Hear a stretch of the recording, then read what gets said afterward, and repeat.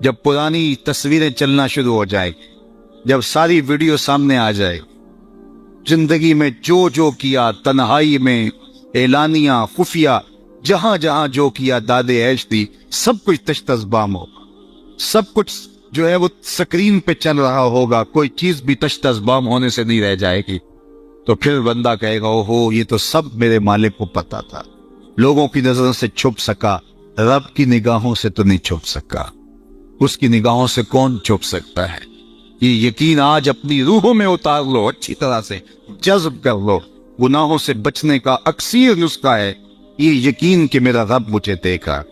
یہ یقین جب روح میں جم جائے، خیالوں میں اتر جائے، اعتقاد کا پختہ حصہ بن جائے، پھر بند کوٹھڑی میں بھی جرم نہیں ہو سکتا کہ میرا مالک تو مجھے دیکھ رہا ہے. آپ دیکھتے نہیں کہ جب ساتوں دروازے بند کر کے بت کے اوپر موٹا کپڑا ڈال کے زلیخا بولی ہے تلک یوسف اب تو آ جاؤ نا، اب تو کوئی نہیں دیکھ رہا. قال معاذ اللہ، تو جناب یوسف نے کہا میں اللہ کی پناہ میں آتا. اللہ اکبر، تو دروازے بند کر کے لوگوں کی نظروں سے چھپ گئی ہے، اور بے نور آنکھیں رکھنے والے اس پتھر کے بت سے بھی حیا کرتی ہے اور اس پہ بھی پردہ ڈال لیا ہے. جب تو اس جھوٹے خدا سے حیا کرتی ہے، میں سچے خدا سے حیا کیوں نہ کروں جو ساتویں کوٹھڑی میں بھی دیکھتا ہے. اتنی روشنیاں برسی کہ گناہ کا تصور بھی محال. تو یہ یقین کہ میرا اللہ مجھے دیکھ رہا ہے، یہ انسان کی زندگی میں نظم پیدا کرتا ہے.